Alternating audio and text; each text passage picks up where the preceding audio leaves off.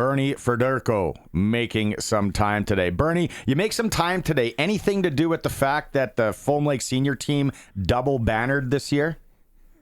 I'm glad you sent that to me. That's pretty impressive. I did not know about that. I don't really kind of follow Foam Lake very closely anymore. No one really from there anymore. Like, my folks are gone. All my kind of relatives are gone from there, so I don't really hear from Foam Lake much. But I'm glad you sent me that, and that's a big congratulations. That's a heck of a feat. Yeah, no, it was great. First ever provincial championship for Foam Lake. I was shocked. So yeah, it was really good. Speaking of a feat, St. Louis Blues 10-game winning streak. Why is this team playing so good, Bernie?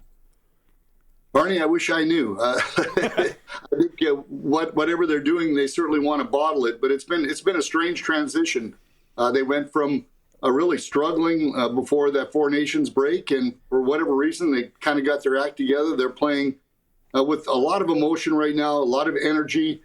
They've got all four lines that are doing a great job forechecking. They're scoring goals. Their defense has been really solid, and of course, the goaltending has been great. I mean, Binnington's, I think, one of the top 2 or 3 goaltenders in the league. Hofer, when he gets in there as the backup, he's been absolutely outstanding. So they're just playing a really good team game, and consequently, they win a lot of games. You know, I think a lot of it's come from right after the Four Nations Cup. Some key leaders for St. Louis came back and kind of took the team to another level. Do you agree with that Four Nations really helped that group out? Yeah, for whatever reason, I don't know if it was the time off, the little rest, and I think it probably had something to do with they got some practice time in. I mean, with the condensed schedule this year, especially, you get the firing of Drew Bannister. Jim Montgomery came in. I don't think he really had a lot of time to spend in practices and doing the things that he wanted to do. And I think they had that time coming out of the break and were able to get everything together and get everybody on the same page. So I think that had a lot to do with it. And yes, I think the leadership is there. Braden Shen has been absolutely great. I mean, he's played great. I mean, the young kids have really put it together. Robert Thomas has played well. So has Jordan Kyrou. I mean, Dylan Holloway has been absolutely outstanding. We didn't really know what we were going to expect when they signed Holloway and Broberg from Edmonton, and those two have been absolutely great acquisitions, and they've been really a key part of the success the Blues have had, especially over the course of the last month. That's one thing I wanted to ask you. Is late November that Montgomery comes over, starts coaching this team as a guy that plays, a guy that's close with the team, travel with the team. What kind of coach, what's making Jim Montgomery such a perfect fit here in St. Louis? And then second part to that is, who would he remind you of, Bernie? Well, he's just a personable guy. I mean, he is obviously his success speaks for itself. I mean, he was very successful when he was in Dallas and Boston, kind of everywhere he's gone. He's put together really good teams. But I think he's just a really good communicator. You know what? With hockey at this level, it's not a lot of X and O's. I mean, the game is played the same way. It's just you got to get everybody to be contributing, everybody, I guess, pulling the horse or the cart the same way. And I think that's kind of been his success. I mean, he's a fun guy. He's got a great personality. He keeps everything kind of loose. I think that really helps a lot when he's not harping on the guys all the time. I mean, I think he really cares about them, not just when they're on the ice, but when they're off the ice. And I think that's been a real big part of it. And as far as comparing him to someone, I don't know if there's anybody that you can really compare him. I mean, he's a guy that played the game, knows the game because he played at the National Hockey League level, didn't play that long, but I know that he respects the game and he respects the players, what they have to do, and I think that's really helped him.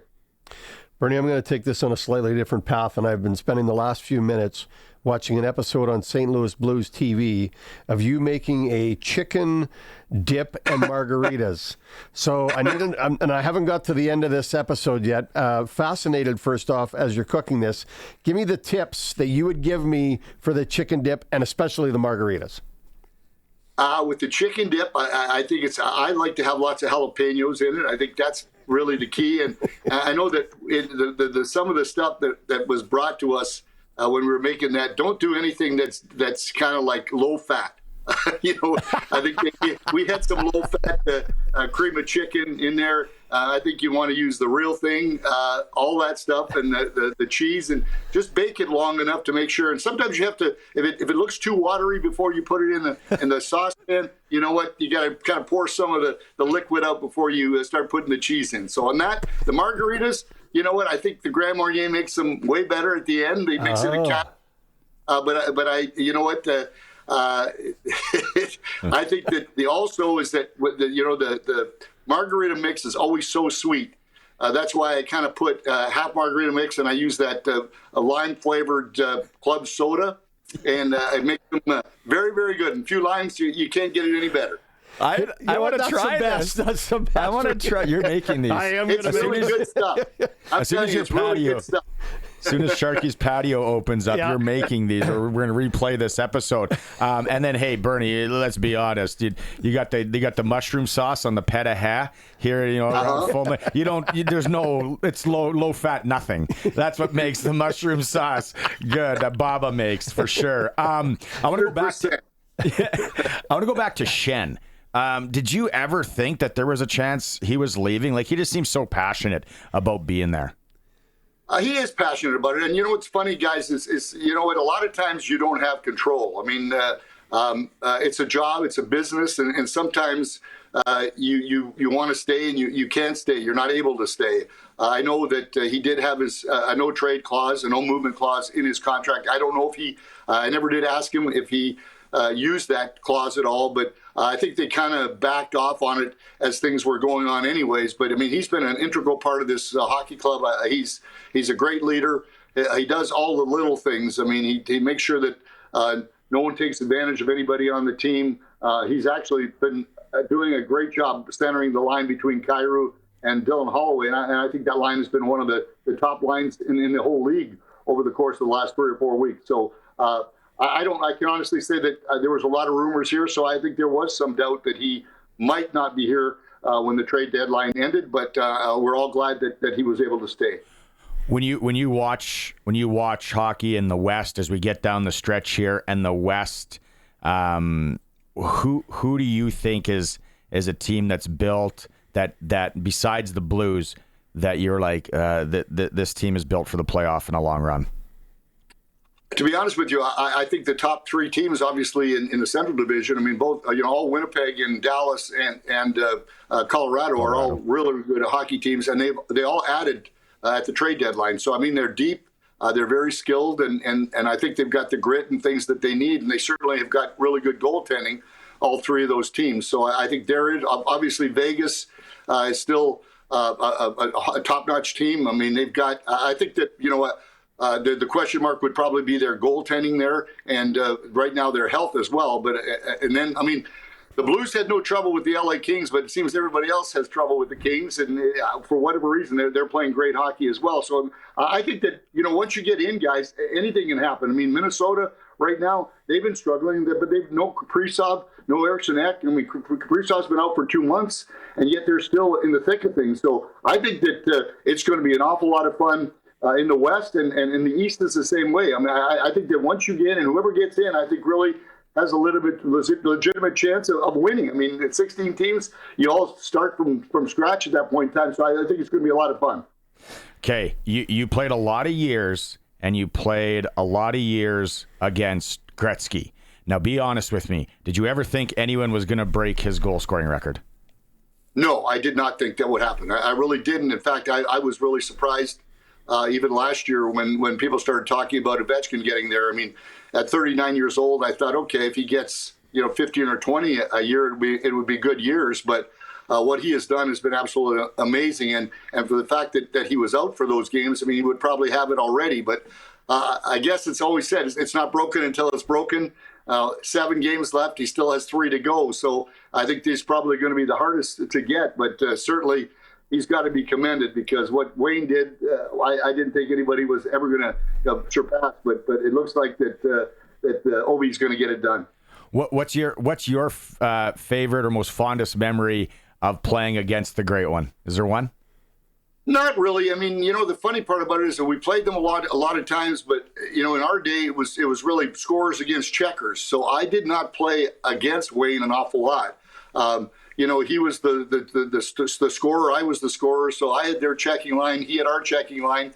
Every once in a while, when he was killing penalties or this and that, or if I on rare occasion got out to kill a penalty, we'd get out there against each other. But on the ice with him an awful lot, but not really head to head that much.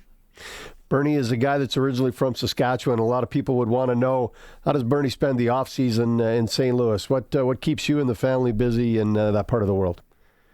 Now we have 4 little grandkids. We got 3 little granddaughters and 1 little grandson, so they kind of keep us a little bit busy. But we like to travel. We still head back to Saskatchewan for a couple of weeks every summer.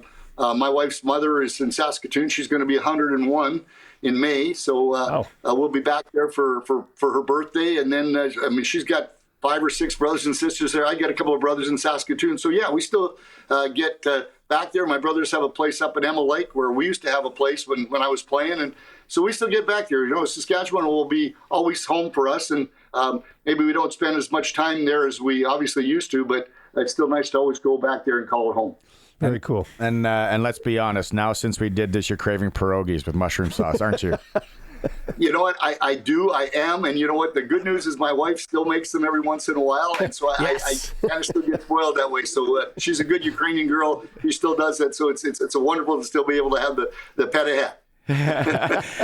Bernie, thanks for taking some time today. I know our listeners, love to hear from you, and obviously the people in the Foam Lake area, and really curious to see how this plays out for this Blues team. What a wild ride. Yeah, we're hoping that maybe we can have another 2019 because there's a lot of parallels from that season. It would sure nice to be happening. But thanks for having me guys on, and congratulations to the hockey team in Foam Lake again. And you know what? You guys have a great day. Right on. Thanks, Barney. Dai Boja. Cheers.